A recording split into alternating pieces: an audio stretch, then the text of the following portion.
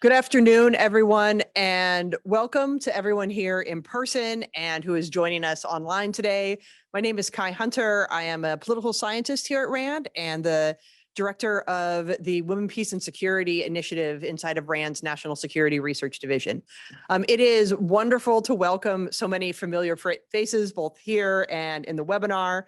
As I know, as Joslyn and I have been talking about this portfolio, the best thing is the friends that we make doing this work and knowing that there are so many smart, amazing partners that we have in doing this work across the national security enterprise. And we're excited to see so many of them here today and for you all to get to hear from so many of them today.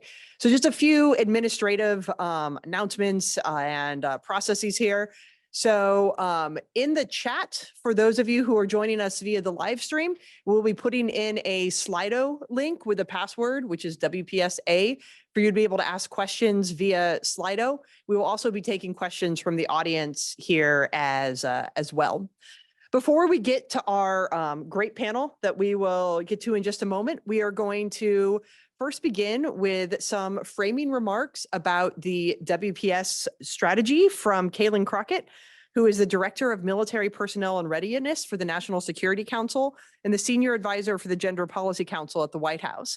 And then we'll be hearing from Jennifer Hawkins, the Acting Division Chief for Women, Peace, and Security and the Secretary of State's Office of Global Women Issues in the Department of State, clearly, to understand more how WPS informs our broader national security.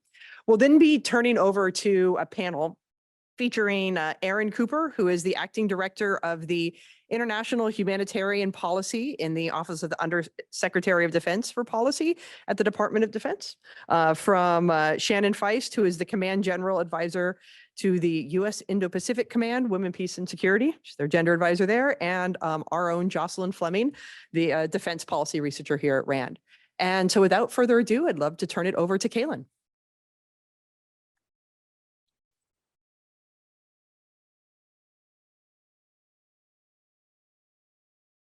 Thank you so much, Kai. It's fantastic to see so many friends and familiar faces in the room.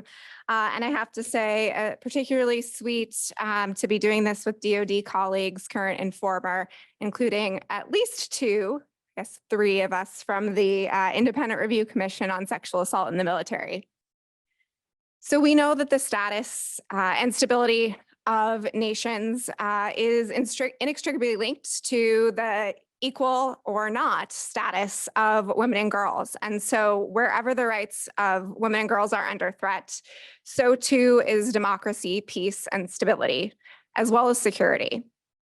And so it's the fact that promoting women's leadership and participation in decision-making at all levels across defense, security, foreign policy sectors is both a moral and strategic imperative for U.S. foreign policy, defense policy, and national security. Since the start of the Biden-Harris administration, the president and vice president have made historic advances in strengthening women's meaningful participation in national security, defense, and political leadership. And I want to take a moment to highlight a few key actions that really undergird the strategic elements of our new Women, Peace, and Security strategy and national action plan. The first is advancing women's meaningful participation and protection in the U.S. military. As Commander-in-Chief, President Biden has made it a top priority to eliminate multiple obstacles to women's military service and to promote their safety, inclusion, health, and well-being, including by advancing historic bipartisan military justice reform and expanding support for survivors in the military of gender-based violence through launching the Independent Review Commission on Sexual Assault in the Military, but other efforts.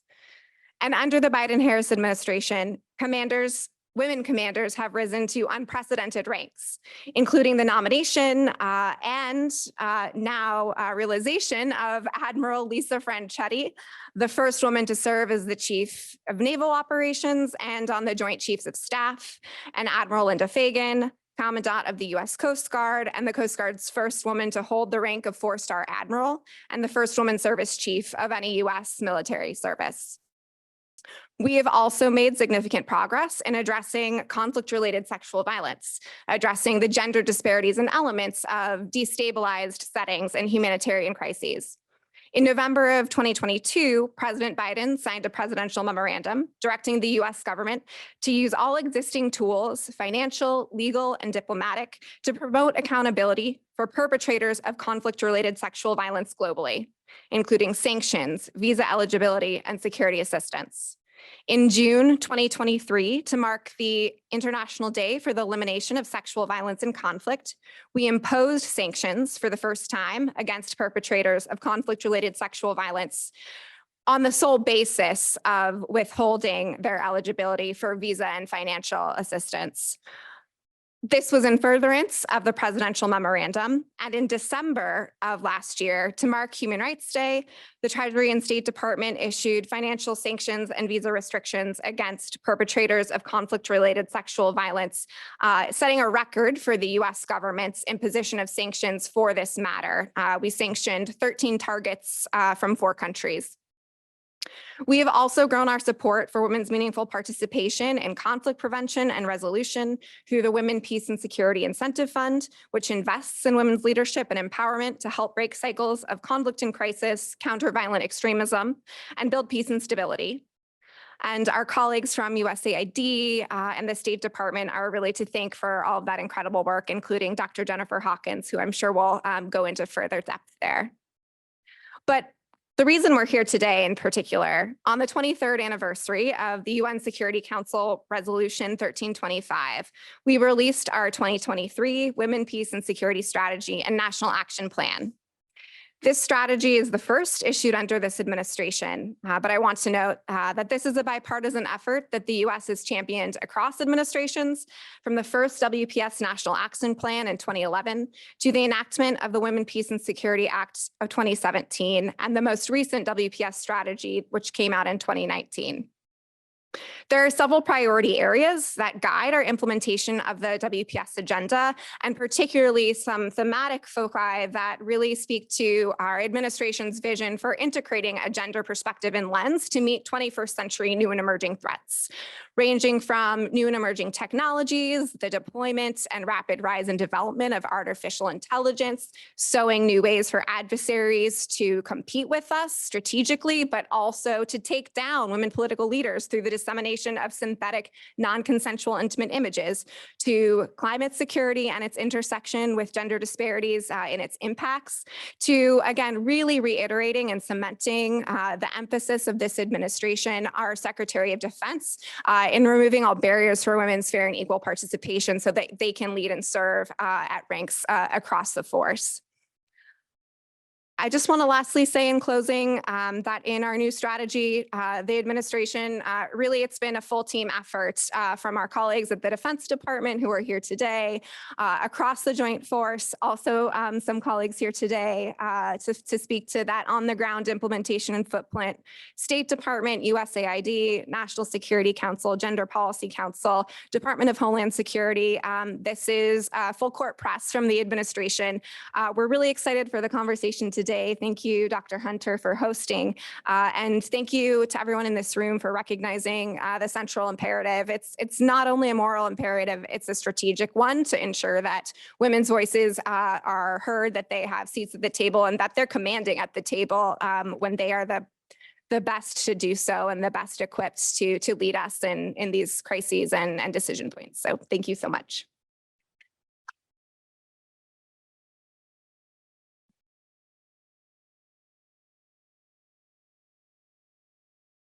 And I'd now like to welcome Dr. Hawkins to come give her opening remarks.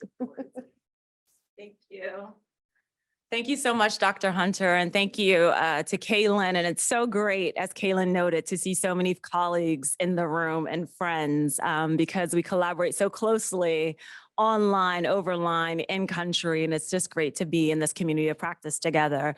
Good afternoon. My name is Dr. Jennifer Hawkins, and I'm currently serving as the Acting Division Chief in the Secretary's Office of Global Women's Issues at the Department of State. It is really great to be here with you today, and I extend my gratitude to our RAND colleagues for holding this space for this important discussion. What became evident to me very early on in my career is that, we would talk about conflict and crisis and do our conflict analysis, but never really was women or their experiences really talked about consistently in those conversations.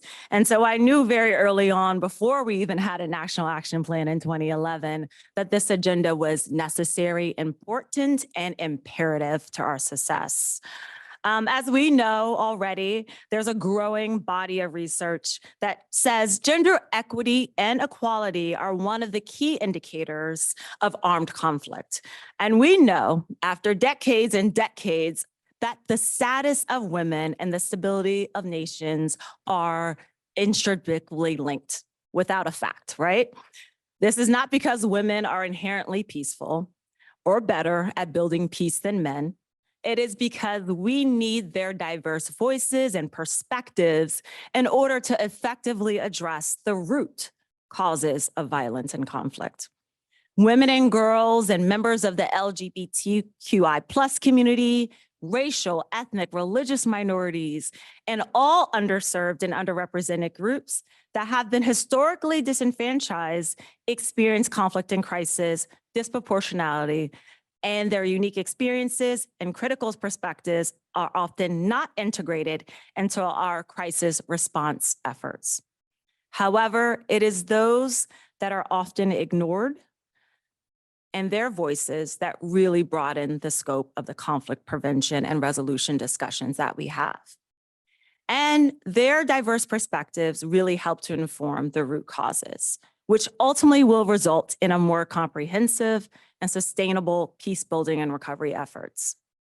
We know the meaningful participation of women, defined as both access to influence over political and decision-making processes, leads to better and more sustainable outcomes, not only for the women, but also for entire communities and countries. Studies have shown that when women are involved in peace negotiations, the resulting agreement is 35% more likely to last 15 years or more. We must not forget that in year 2000, the start of United Nations Resolution 1325, which was, of course, the groundbreaking resolution that sparked this movement, it initiated and was initiated by the activism and lived experiences from women from the global South, really advocating at the foot and hills of the United Nations years and years to get this agenda started. It was through their tireless efforts that the world stage could learn not just about the disproportionate impact of conflict on women and girls, but also how meaningful women can be in peace and security decision-making process. We now have decades of evidence demonstrating that their inclusion and all their diversity creates positive peace and post-conflict outcomes for everyone. The US government continues to be committed to implementing UNSCR 1325 under the premise and core principles that women's participation and their protection are essential for global peace efforts, and indeed a national security imperative for the United States.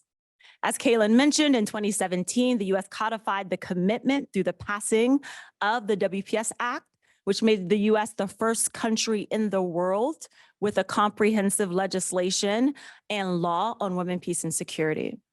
In subsequent WPS strategies and policy implementations, the US State Department, along with a few of our fellow departments and agencies like Departments of Defense, Homeland Security, and USAID, have aimed to close the gender gap in peace and security processes by mobilizing our US diplomatic and assistance resources, engaging partners that advance WPS, investing in women's safety and rights, and prioritizing gender-responsive programming during US conflict and crisis response, and amplifying the voices of women leaders and their organizations.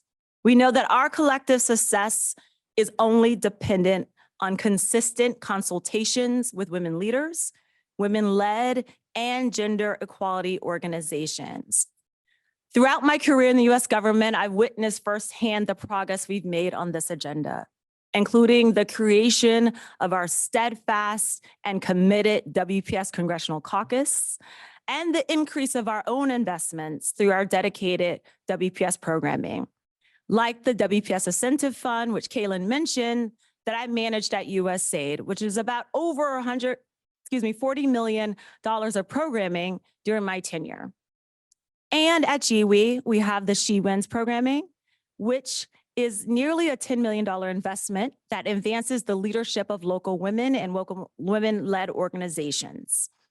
These initiatives target capacity building, they target networking, and it increases our mechanisms to have a space for rapid response funding, which supports directly a diverse range of women-led initiatives to respond to the evolving emerging crises. In partnership with USAID, the Department's Safe from the Start Revisioned initiative provides life-saving services and support to survivors of gender-based violence and conflict and emergencies. And as a result of these tireless, countless efforts and initiatives, the U.S. has become more inclusive, and we are committed to the continuing success to advance the WPS agenda through the integration of gender equality as a cornerstone of our diplomacy, development, and defense efforts.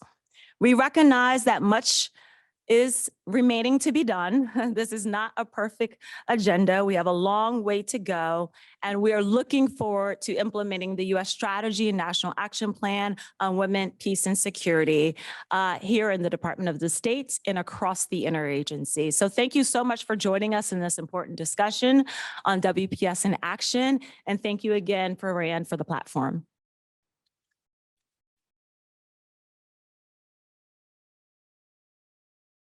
Right. Thank you so much for I think not only the overview of what a state is doing, but really grounding us in some of those background facts and research that are going to be a big part of our discussion up here with the panel today. So for the next, we're going to move to a few questions that I've prepared, and then we do really want to hear from all of you what you're most interested in. So again, Slido, for those of you who are joining us online, please put your questions in, and when we get to audience question, we'll go back and forth between Slido questions and then someone in the room to make sure everyone has a voice. So again, we are joined by Erin Cooper, the Acting Director of the International Humanitarian Policy Office in the Office of the Undersecretary of Defense for Policy, Sharon Feist, who is our Gender Advisor for Indo-Pacific Command, and Joslyn Fleming, who is here at RAND as a Defense and Policy Researcher. So Erin, I'm going to start with you. So we've just heard a little bit sort of high level behind why we need a WPS strategy. We've heard some of the data behind it. We heard how state is engaging in it from a diplomatic side. So what are some of the steps that the DoD is taking right now to operationalize women, peace, and security? Sure, thanks, Kai, and thank you to everyone in the room. I want to echo what my colleagues say of, it is always so great when we are able to come together. But as far as, particularly with the release of the latest WPS USG strategy and national action plan, I think everyone in this room wouldn't be surprised if I said DoD, we're doers. And so we like to hit the go button. And so, we really, I think, took action at first. And now after, particularly with 4 years of implementation with the previous strategic framework and implementation plan, we're now looking at how we can really make sure that we specifically speak to line of effort, institutionalization and integration, because we want to make sure that within the Department of Defense, we are interweaving WPS into the way that the department does things, so that this is not something that is existing in a silo, but rather part of the core missions that the department is doing. So what does that look like?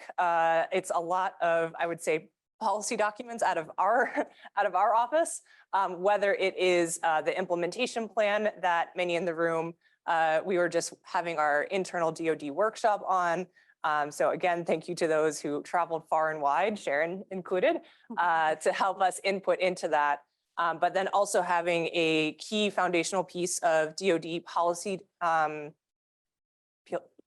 document, I guess is the word I want to say, of, what is something that will be kind of the everlasting piece of WPS guidance that comes from, my office within the Office of the Secretary of Defense for policy, and then make sure that we are able to continue making those strides forward. Because, I think one thing that we learned from this report is the Department of Defense has been doing WPS things for quite a long time. It might just not have been called Women, Peace, and Security, but they have been nevertheless to have the further inclusion of women in peace and security processes and making sure they're informing our decision making. And what we want to do is make sure that we're being more strategic and methodical of what that looks like. And part of that comes with really making sure that it is institutionalized within the department. So I would say that's a key step for us moving forward. Thank you. And building off of that a little bit, Joslyn, you've been doing sort of defense adjacent research for a very long time, or being in the defense spaces yourself. And you've also been a really big part of building a WPS portfolio here at RAND. What are some of the things that have stood out as being surprising when it comes to WPS research in particular? So I really want to highlight the report that many of you maybe have picked up today, the WPS in Action report, because I think it's a really interesting way to kind of tell this story of WPS in action. OSD came to us and said kind of exactly what Erin has just talked about, which is, DOD is doing WPS, but they may not necessarily know what that looks like in action. And so, we all know the stories of Afghanistan and Iraq with the female engagement teams, the Lioness teams. And those were great stories, but we need something new. Those are 20 years old. And so it's kind of an atypical RAND report. It's not the big doorstopper RAND report with all the methods in it. It tells Doorstopper, no, we didn't do that. It tells these wonderful vignettes. I mean, of course, we're RAND, so we pulled out the themes. We had to do something RAND-like. But what was really striking was the diversity of the stories that we found. I think we thought that going into it, we would kind of see probably a lot of Iraq and Afghanistan stories, which we did, and they were wonderful. And there were new versions of those stories that you'll see in the report. But then it was things that were happening in Southcom. So I thought the Southcom story in particularly was wonderful because it showed how incorporating gender perspectives and WPS principles into training exercises can actually have this other impact. So, it was able to help us with the Guyanese, have them, more women to participate, which is a key line of effort within the DoD policy. And so we saw that across all the COCOMs, we saw it across all the services, across a lot of the functionalities. And so just that diversity of what was happening was really surprising. And so I think it's really helping the department and those like commanders, those operators that maybe aren't working in the gender advisory space day in and day out to really understand what it means to incorporate those WPS principles. So we've clearly heard things like the DoD is doers, they're operators, all those great terms. So Sharon, as someone who is situated in a combatant command and is around people who are very much doers quite a bit of the time, what are some of the practical steps you have taken to really help the operational side, the operators, the doers there, recognize what WPS is beyond just, oh, we added some women into the room, so we've done WPS? Thank you for that question. And just wanted to say thank you for having me on today. And while I represent Indo-PACOM, U.S. Indo-Pacific Command, Office of Women, Peace and Security, I do want to acknowledge all the other DoD gender advisors and gender focal points in this room who are in this marathon together with us. So shout out to you. Okay, so back to practical implementation. So first, recognizing that at the core of UN Council Resolution 1325, it is about addressing and prioritizing women's underrepresentation, but also that agenda is broad enough for other interpretations, and especially looking at other diverse perspectives that could really sustain longer term stability. So for us, a lot of it is for the military. What does that mean for military operations? How do we become more clear? How do we become more effective? And how do we be systematic? And we focus really on a two bifurcated type of approach. The first one is on institutionalization, And that focuses on integrating a gender perspective within our own theater command, campaign command plans, within our policy development, within our planning, and within our operations, in order to do the second part of the approach, which is then to develop inclusive security strategies that advance a free and open Indo-Pacific. These all sounds like very nice words, but it is a pretty big effort. And you have to do both the institutionalization and the operationalization simultaneously in order to be effective. The second point I'd like to make is that everything starts with relevant data to the military. So we were fortunate to work with Pacific Disaster Center in developing a regional gender baseline assessment so that we had better indicators related to stability and instability that matter to military operations. So having a baseline now of our countries and our partner nations on top of then doing a mission specific gender analysis and systematizing that, that enables more effective military operations and really a capability for us.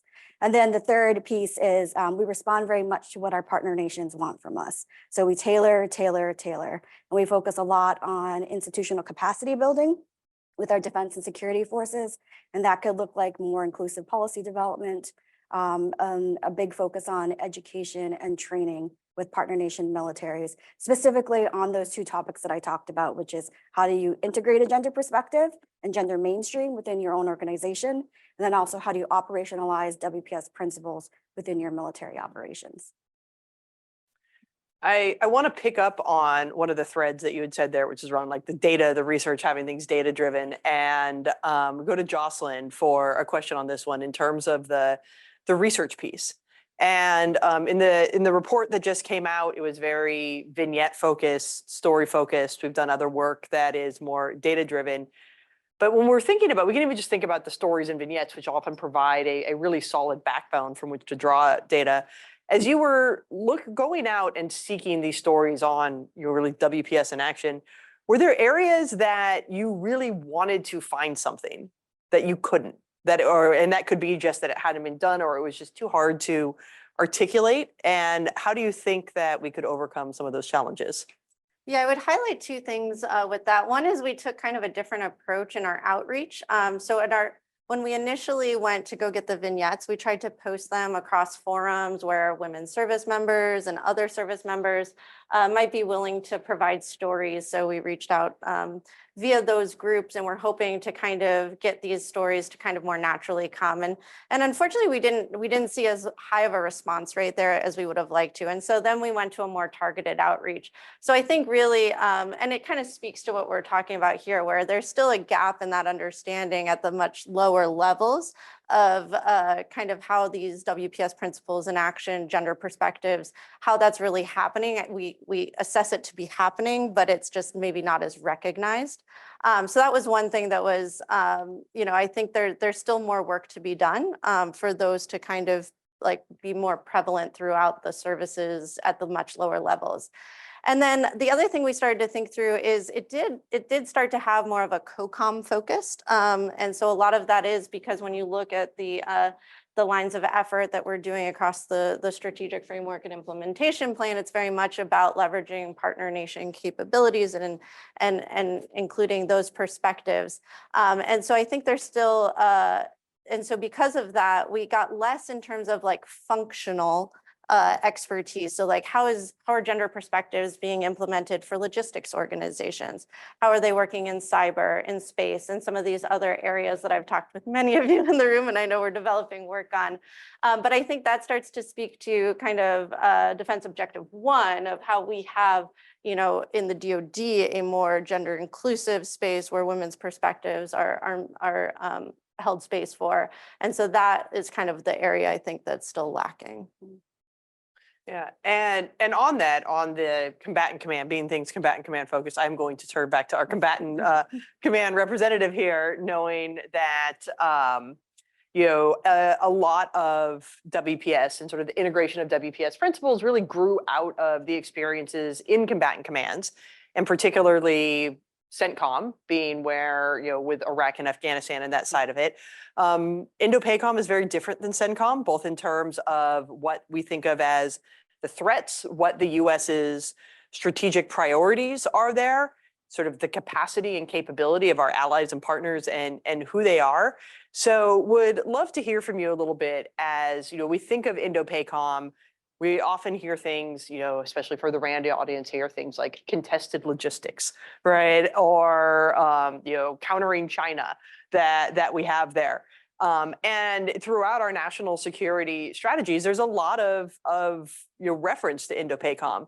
How have you either taken lessons that we have from other geographic combatant commands and applied them to the Indo-PACOM context, or saying, hey, no, we still really need to understand these areas better that we might not know? That's an excellent question. And I kind of want to step back a little bit and reframe this a little bit, because women, peace, and security is inherently a partnerships-based approach. And we critically need our allies and partners to advance a free and open Indo-Pacific. And what's interesting, we use the terms like integrated deterrence, and that may look very similar to the type of construct that we're developing with a lot of our regional partners. And that would include at Indo-PACOM, we have a significant security cooperation initiative focused on institutional capacity building of defense and security forces. This is essentially training them to be a regional military or their own partner nation military gender advisor, and how to integrate gender perspectives, as I mentioned earlier, and integrate that as well as operationalize that. I think what's interesting about this type of capacity building is that we are establishing common frameworks, common agreed upon frameworks, common operating procedures. And the more that we see this sort of concurrence, the more that it looks like integrated deterrence as well. But I would also add, like, our focus is on the partnerships and what that allows and how they are able then to bring that back within their own partner nation and then build better stability and resilience internally. Thank you. And we heard terms, like creating frameworks or utilizing other frameworks that are there. So Erin, want to turn it to you really from the DoD perspective here. There's been a lot of development in the different combatant commands really around implementation.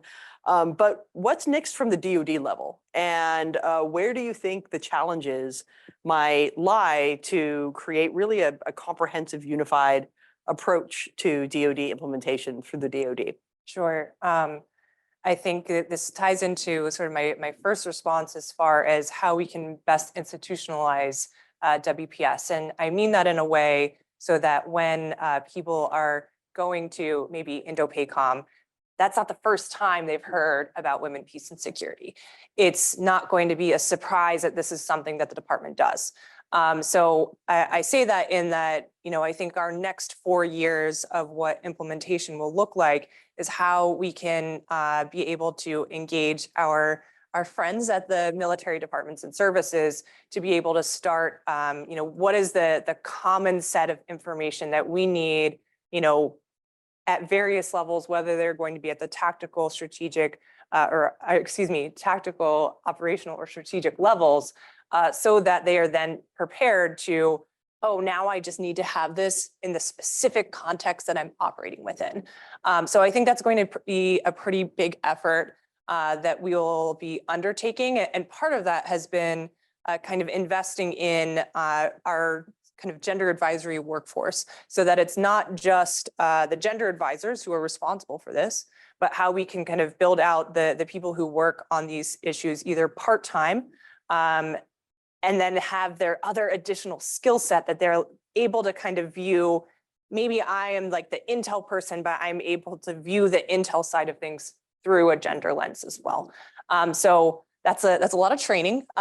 So I know that it will be a very large effort, again, for our friends at the MilDeps and services to fulfill that organized, train, and equip function. Again, part of that does come from having the foundational guidance come out of our office. So fully take on that responsibility. And I know that's a pretty strong priority for us. But then the other piece of that is how we're able to also make sure that we are operationalizing in a better and strategic way. And what I mean by that is that we're able to kind of integrate WPS into the other types of guidance that come out of my office. So broadly speaking, we handle all security cooperation. It's not just the WPS security cooperation things, is that the only time that we're going to talk about WPS, but rather what can we put in our broader security cooperation guidance, whether it is a security cooperation activity, a humanitarian assistance activity, what have you, so that again, you're hearing the demand signal from us within policy. You're maybe getting that training whenever you're having your first, I don't know, either basic training or officer level courses in PME, and then being able to adapt and be flexible to what is that specific context that you're going to be operating within. So it's a big undertaking, but I think this community is poised to do that because we do have those first couple of steps from the operationalizing side. Fantastic. And like so many of the things we study, there's like the team services, team co-coms as to who to take on the responsibility for it. And it gets shuffled back and forth quite a bit, it seems. And so I think these simultaneous efforts are really important. Thank you everyone for attending. I know I kept you like just a few minutes late, but I think we're pretty close to being on time. It was perfect. Huge thank you to our panelists and those giving introductory remarks, and to all of you who are here, whether you're joining in person or online, and your commitment to either doing this work as a practitioner, to researching this work, or to continue to being engaged in all of it. Thank you all so much again for being here. Happy Wednesday, and have a great rest of your afternoon.